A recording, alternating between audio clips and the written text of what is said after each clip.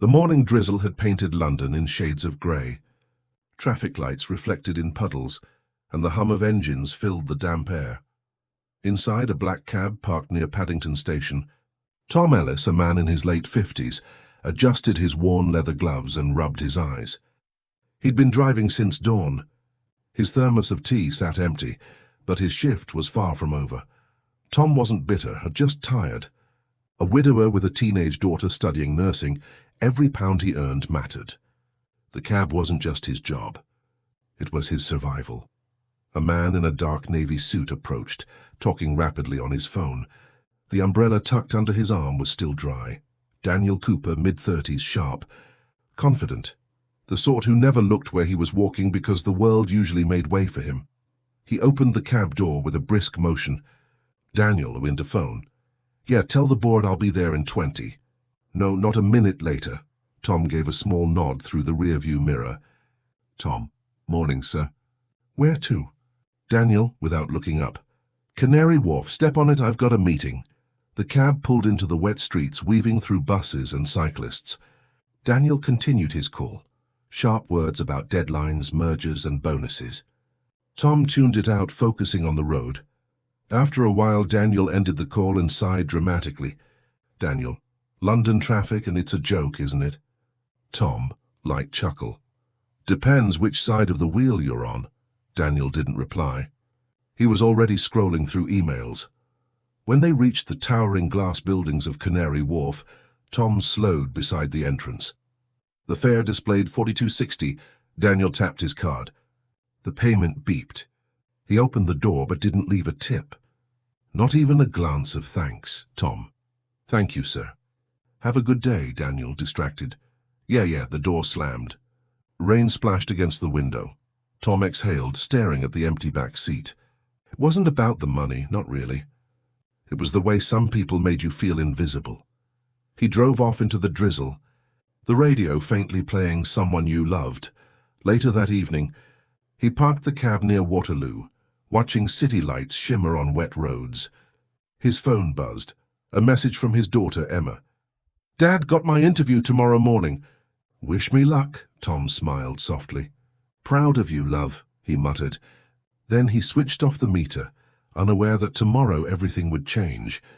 The next morning broke with heavy clouds. Tom's cab sputtered before it started, the battery giving him grief again. He checked his phone. Emma's interview was at 8:30 a.m.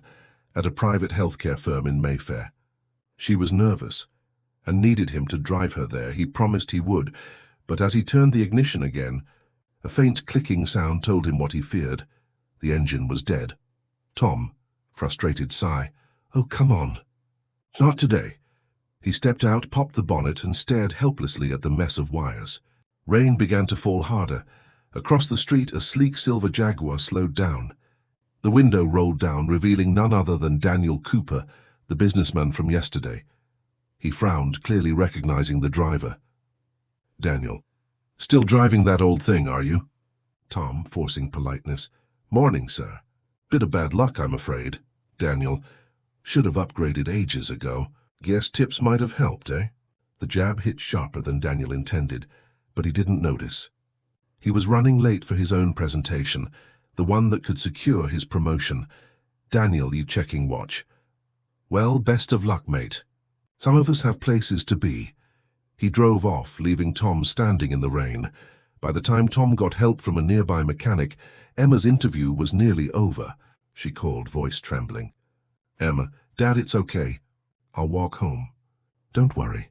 He felt the weight of failure settle in his chest. That afternoon, fate began stitching a quiet reversal. Daniel arrived at his company's headquarters for the biggest client pitch of his career, a healthcare firm expanding into transport logistics. Their CEO was known for fairness and integrity, a man who valued stories behind the numbers. Daniel rehearsed his speech in the lift, straightening his tie. The meeting room buzzed with tension. Executives murmured as they waited for the visiting CEO to arrive. The door opened. A woman in her early 20s stepped in with a calm smile. "Emma Ellis," Daniel blinked. She looked familiar, but he couldn't place her.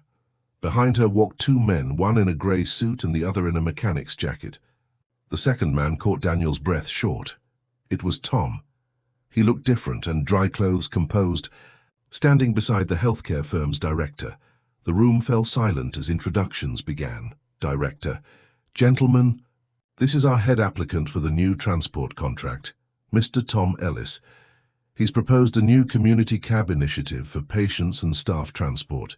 His daughter Emma's handling the HR side." Daniel's heart thudded. Tom Ellis? The cab driver? The same man he'd belittled twice in 2 days now stood across the boardroom table, holding his professional fate in his hands.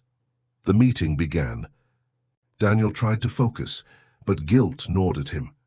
Every time he met Tom's calm eyes, he saw his own arrogance reflected back. Tom, for his part, was professional, courteous, and quietly confident. He explained his proposal clearly, a plan to integrate affordable medical transport for elderly and low-income patients across London. His voice was steady, his tone respectful. "Tom, I've driven all sorts in my years. Doctors, patients, carers. I've seen what getting from A to B can mean to someone who's ill or scared. This isn't just a business idea, sir. It's a lifeline." Silence followed. Even Daniel couldn't deny how sincere it sounded. When it was Daniel's turn to present, his slides flickered. The numbers were sharp, but the heart was missing. Halfway through, he faltered. Daniel cut a clearing throat. "Our approach focuses on maximizing." He paused. His gaze flicked toward Tom. Maximizing? Convenience for patients and fairness for drivers. He didn't know why he said it, but something inside him shifted. After the presentations, the director stood. "Director, we'll discuss and get back to both of you within the day. Thank you, gentlemen." As people left, Daniel approached Tom hesitantly. "Daniel, Mr. Ellis, I owe you an apology for yesterday and this morning." Tom, gentle smile. "No harm done. We all have our days, sir." Daniel: "Still, I was rude, thoughtless. You didn't deserve that." Tom looked at him, not angry, just understanding. "Tom, life's funny, isn't it? One day you're behind the wheel, the next you're across the table. What matters is how we treat each other in between." Daniel nodded slowly. "You're right." Later that evening, Tom received a call from the director. The healthcare firm had accepted his proposal, and Daniel's company was offered a smaller partnership role under the same project. The next morning, Daniel stood outside Tom's new office, holding a takeaway cup of tea. Daniel, smiling faintly, "Thought I'd return the favor." "Milk and 2 sugars, right?" Tom, chuckling, "Cheers, mate." "You didn't have to." Daniel: "I wanted to." "Guess it's my tip." They shared a quiet laugh. The rain had stopped, and sunlight broke through the London clouds. As Daniel walked away, he turned back once more, a little humbler, a little wiser. Tom watched him go, whispering softly, "Funny how life drives us in circles until we learn to stop and see who's beside us." Moral reflection: respect costs nothing, but it can change everything.